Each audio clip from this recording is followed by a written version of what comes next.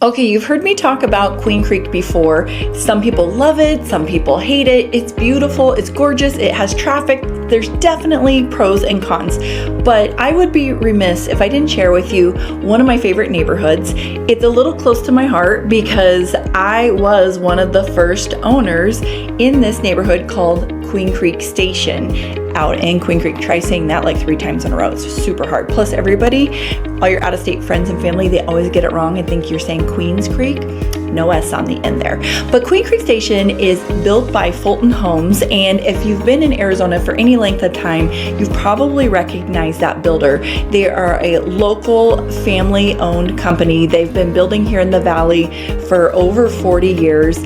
Originally it was Ira Fulton. You'll see some schools named after him, but now it's run and operated by his son Doug Fulton, and they put together a beautiful product. One of the reasons we were drawn to Queen Creek Station specifically was all the greenery. Fulton is just known locally for putting a lot more green span and communal areas in their communities. Now, when I went to look it up, I couldn't find any specifics on, what that exact configuration looked like, but I will tell you, we built in 2019 our Fulton home in Queen Creek Station, and then COVID hit, just after that in 2020, and we just felt so blessed to be in that community while we were experiencing, all the restrictions and the regulations. One of the reasons is there's over 3 miles of paths in that community, and it's phenomenal because they all connect from path to path to path to little tot lots and benches, and there's a couple basketball courts in there, volleyball courts, and the basketball courts, just recently the board voted to paint some additional lines on those courts so that you can now do pickleball as well. So there's some options there. And of course there's the community pool. Now, we had planned to put in a pool, but we didn't get around to it before COVID. And initially we of course had a ton of restrictions, but if you hadn't heard, here in Arizona we were a little more lax during the COVID setup.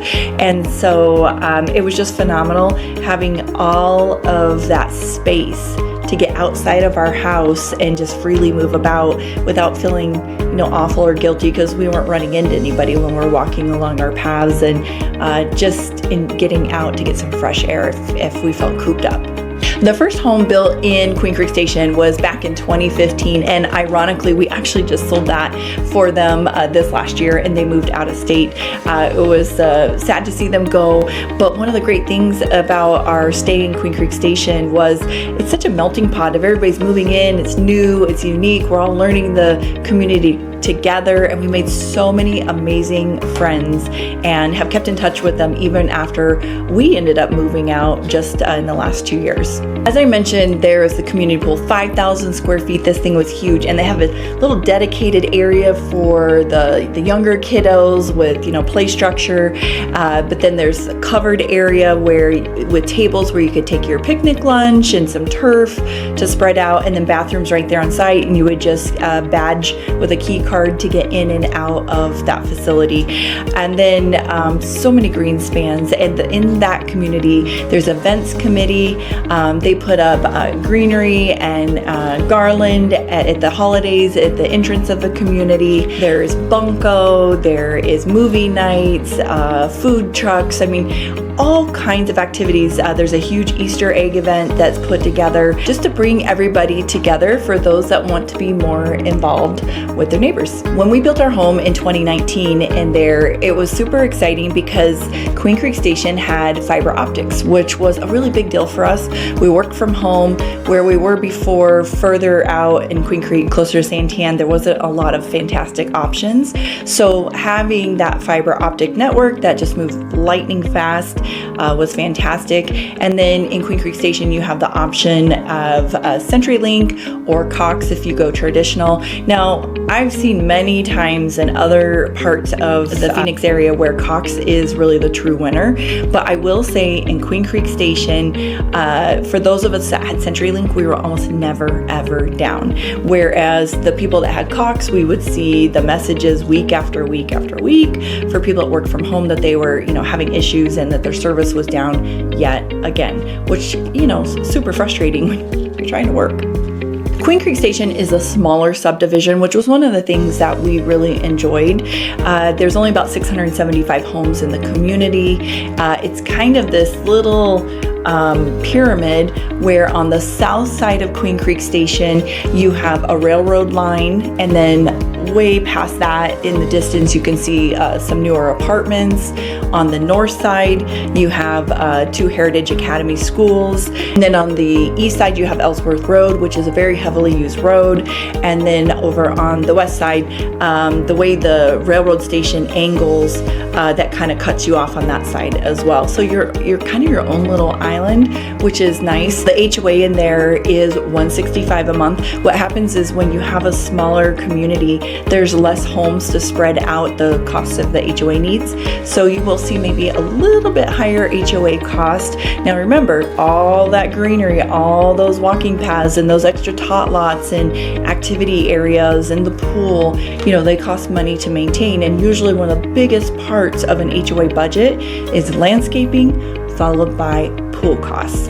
And then also remember, anytime you are purchasing in an HOA here in Arizona, there is almost always going to be these one-time fees. You'll see them listed as reserve fees, capital improvement fees, transfer fees.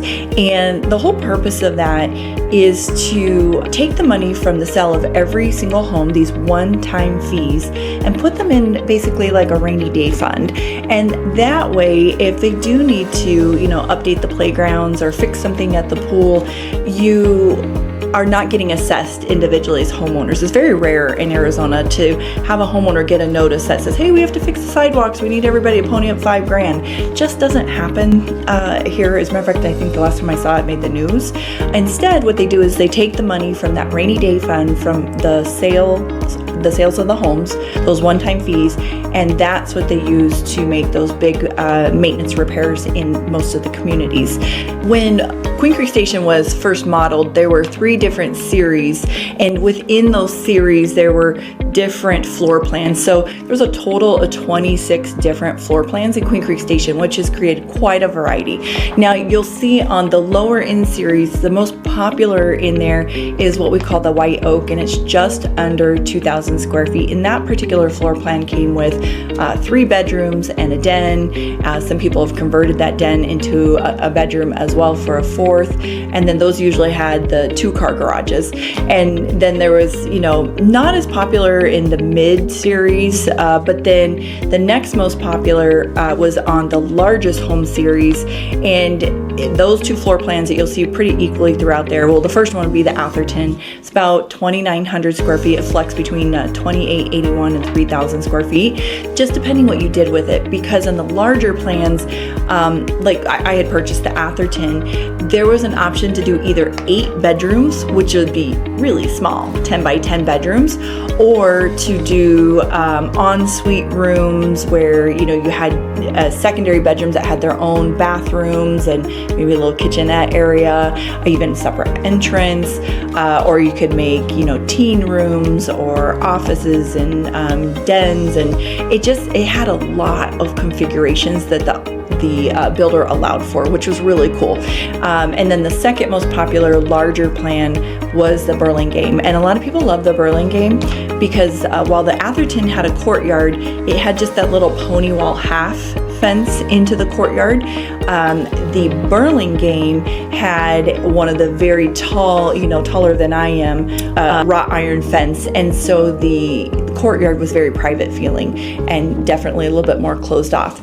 Now, one of the things we did with our Atherton is we had a dining room right at the front, right where the window was right off the courtyard, and we got the permission, of course, you need architectural approval, and that window into our dining room, we actually had that blown out and put in French doors. And then because, we have pets, we put in one of the retractable sliders, and it was just lovely because then we could have our doors onto our courtyard open through all this gorgeous weather we have here, while in the back of the house we had, the large 4-door slider, and it just allowed for this super amazing indoor-outdoor feeling. And when friends came over and we had guests and, it was all lit and open, it just felt like we were in paradise. We really loved it there. It was a great house. So when you are building with Fulton, they are considered a semi-custom builder here, which means that they have a design center in Tempe. And once you go under contract, they schedule you usually within about 3 weeks to go to the design center. You work with one of their employees, an interior designer, that helps you put together what your home will look like. And they have everything. It's so fun. They have bazillions of flooring and counters and cabinets, and it's all listed out in levels. So for example, your home might come with a level 1 through 3 cabinet, but then of course you can spend the extra money if you want a level 5 cabinet. They have the choice of the type of cabinets versus the stain of the cabinet versus if you want dovetail or soft close, and they go through every single thing. As a matter of fact, design center is usually 2 4-hour appointments. It's a lot. So it can be a little bit overwhelming, but that's why they have people there on staff to help you walk through that entire process and put it all together, so that at the end of it, you don't have to worry that you spent all this money and it's all brand new and you hate what happened or what you put together. So it usually comes out really well.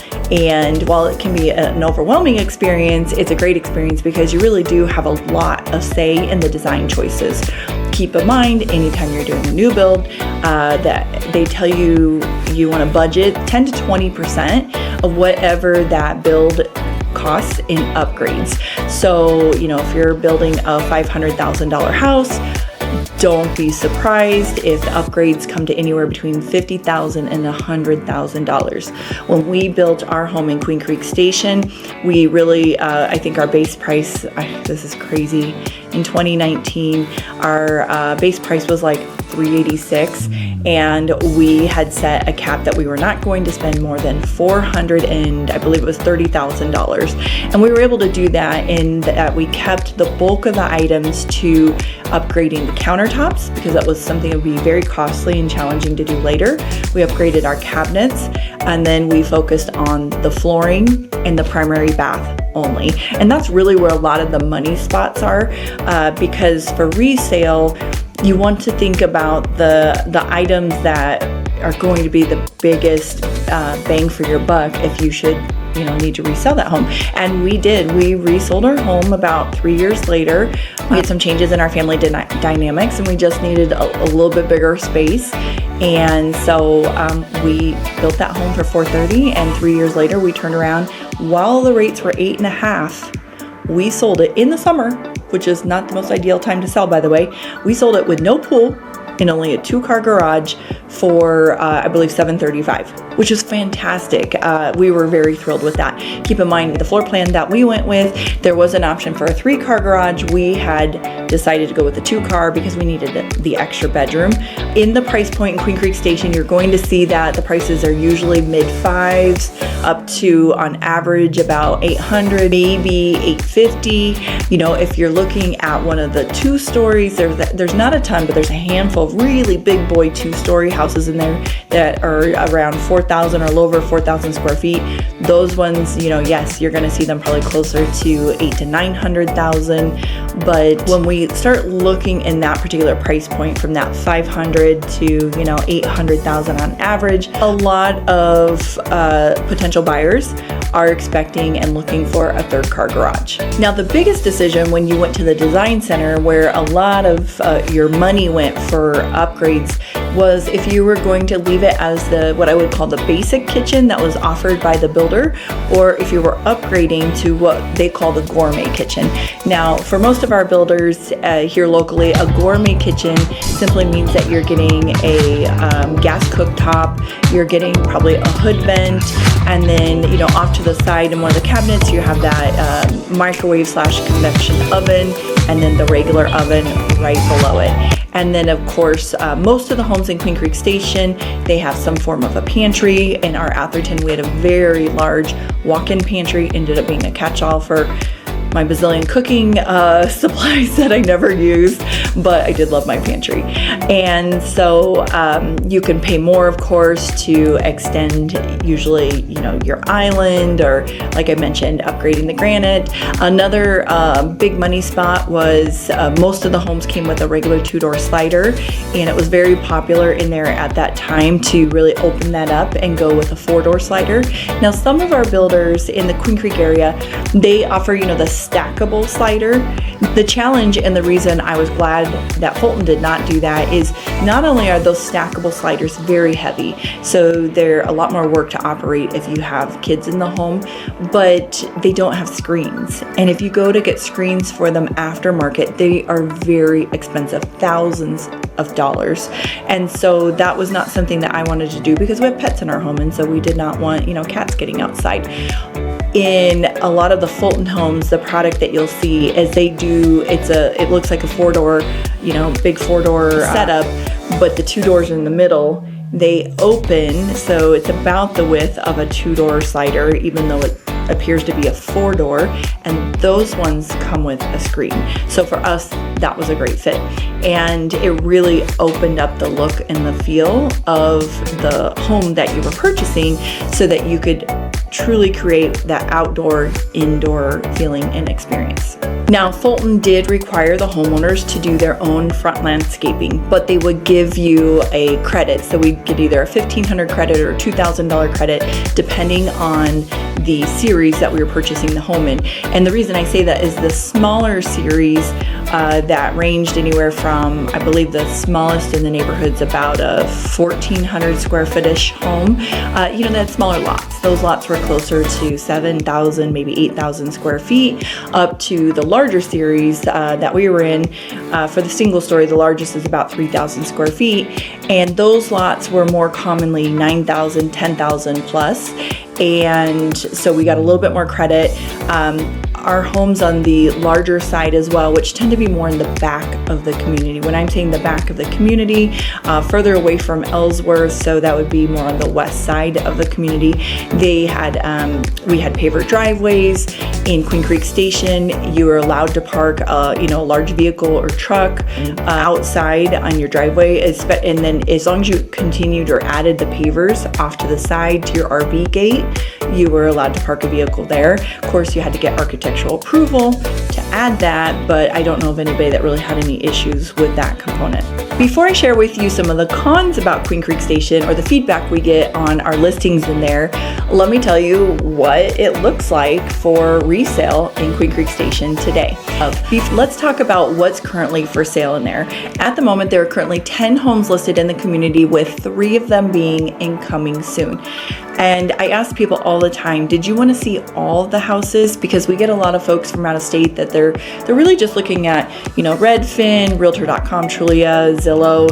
And the reality is the coming soons do not syndicate to those sites usually. And so if you think you're seeing all the houses, a lot of times you're not, especially in Queen Creek Station. If it's a really nice looking, a lot of upgrades, great pool backyard setup, many of those homes actually go under contract while they're incoming soon before they ever hit the active status on the MLS. So you could be missing out on those opportunities. Now, because we are a neighborhood expert in Queen Creek Station, we've been in just about every house. I literally started the Bunko group in there.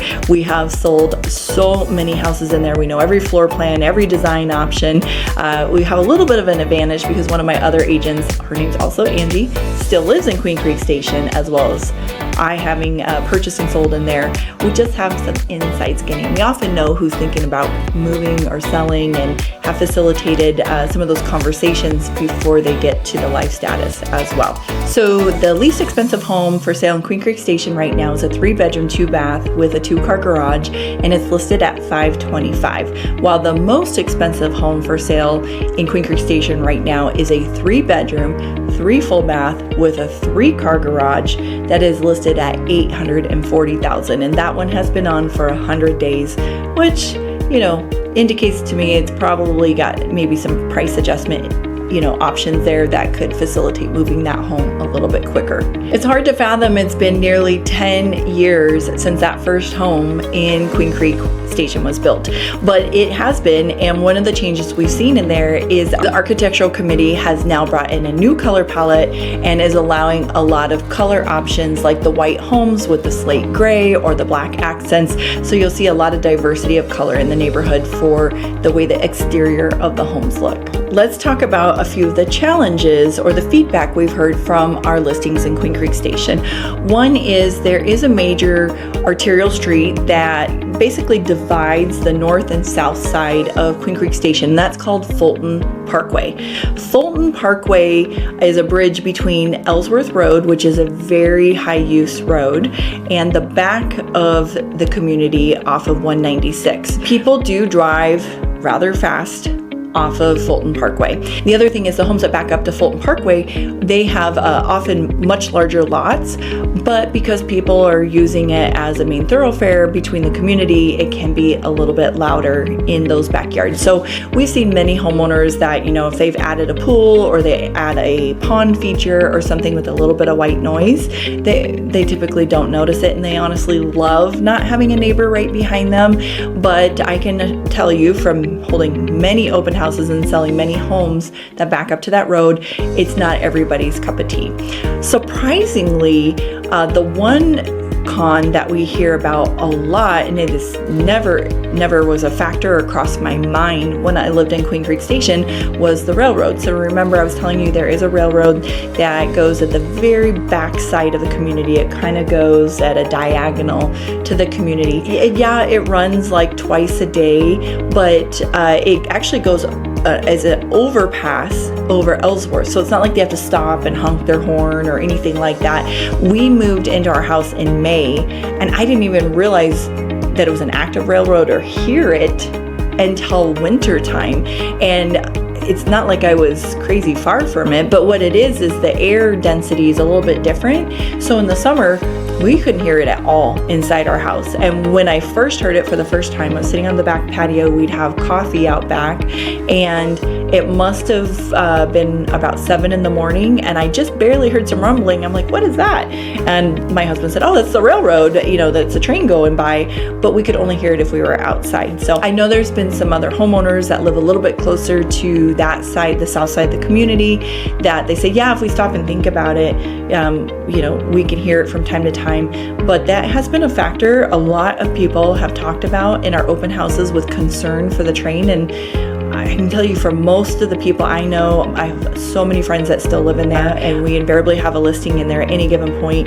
It's been a non-issue for most of us. Now, there is Mesa Gateway Airport is not too far from Queen Creek Station, but the beauty of the airport traffic and the noise there is on the drill weekends. So there's a military unit that once a month does their reserve weekends, and when they're doing the jets, you absolutely can hear them. But like I said, it's usually once a month, not too big of a deal, and it's midday, so it's not like they're screaming over you in the middle of the night or anything like that.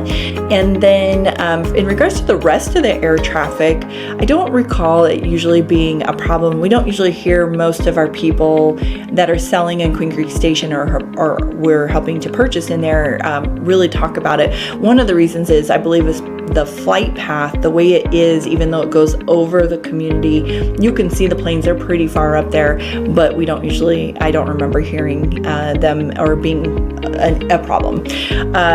The traffic, I will say though, has been a topic of concern in the last year or so, and that's because at the entrance of Queen Creek Station, there's Ellsworth, and then there's Fulton Parkway that comes into Queen Creek Station. There was a huge commercial parcel there, and a Costco was built there. So the great news is you can jump on your golf cart and you can ride right over to Costco and get whatever you need. The bad news is there's a bit more traffic right there on Ellsworth at that intersection, and so a lot of people don't love that. But on the flip side, you've got Costco right down the street, you have Aldi's, you have Trader Joe's, you've got Sprouts, you have Harkins Theater, Buffalo Wild Wings. There are so many places to dine and shop and grocery stores that it's incredible. I have to actually laugh. We had a listing last year. The agent, I could see from her details, was from Scottsdale, and they were standing in front of our client's Ring doorbell, and they must have come in from the back side of the neighborhood off of 196, because they were talking in front of the doorbell and they said, "Oh, we love this house. It's amazing. It has everything we want. The backyard is like to die for. This is the house." But man, if only we were closer to stuff. I mean, there's not even, is there a grocery store out here? And the agent's going, no, you're in Queen Creek. There's really nothing out here. I don't know, maybe Queen Creek, it's really far. There's nothing here. I kid you not, if they had gone out the front side of the neighborhood, made a right, within 4 minutes, there was probably, 50 options between shopping, dining, eating, activities galore. And they had no idea because the agent wasn't familiar with the neighborhood, the area, and they had come in from the other side of the community. If you're interested in any of our Queen Creek listings, shoot me a message. We'll be the first to make sure we give you a heads up when the newest, latest, and greatest comes up in the neighborhood. If you want to know more about the Fulton experience, reach out to me as well. Fulton's a fantastic family-owned builder. As I mentioned, they've been in the Valley for over 40 years. They donate back 30% of their profits and have given over $300 million to Arizona schools. Fulton has many other incredible communities that I'd be more than happy to get you a walkthrough, share with the incentives that they have going on right now. One of my favorites we have multiple clients in is Barney Farms. It's really not too far from Queen Creek Station, but on top of all the amenities I mentioned for Queen Creek Station, Barney Farms also has a beautiful man-made lake that you can actually use. Queen Creek has made your list. Be sure to reach out. As I've told you before, I'll share with you the good, the bad, and the ugly, but we have some amazing memories in Queen Creek.